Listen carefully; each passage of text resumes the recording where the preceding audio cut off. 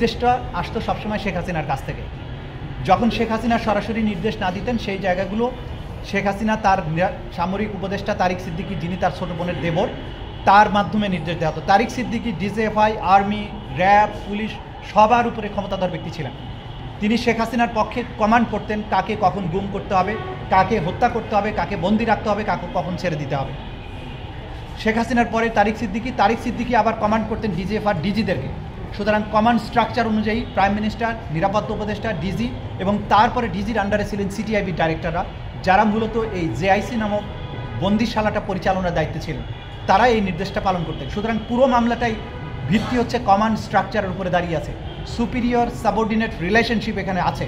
তারা আবার সিটিআইবি ডাইরেক্টররা ভেতরে এমওডিসি বা অন্য স্টাফদের মাধ্যমে এটা কার্যকর করেছেন। সুতরাং তারাও একটা কমান্ড স্ট্রাকচার এখানে ব্যবহার করেছেন। সম্মিলিতভাবে সবাই তারা একটা অপরাধ, ফৌজদারি অপরাধের সাথে সম্পৃক্ত, যেটাকে আমাদের আইনের ভাষায় বলা হয় জয়েন্ট ক্রিমিনাল এন্টারপ্রাইজ। সম্মিলিতভাবে এই অপরাধটা তারা করেছেন। সুতরাং এই মামলার ক্ষেত্রে কমান্ড রেসপন্সিবিলিটির দায়ে আসামিরা অভিযুক্ত, তারা জেসিই বা জয়েন্ট ক্রিমিনাল এন্টারপ্রাইজের দায়ে তারা অভিযুক্ত।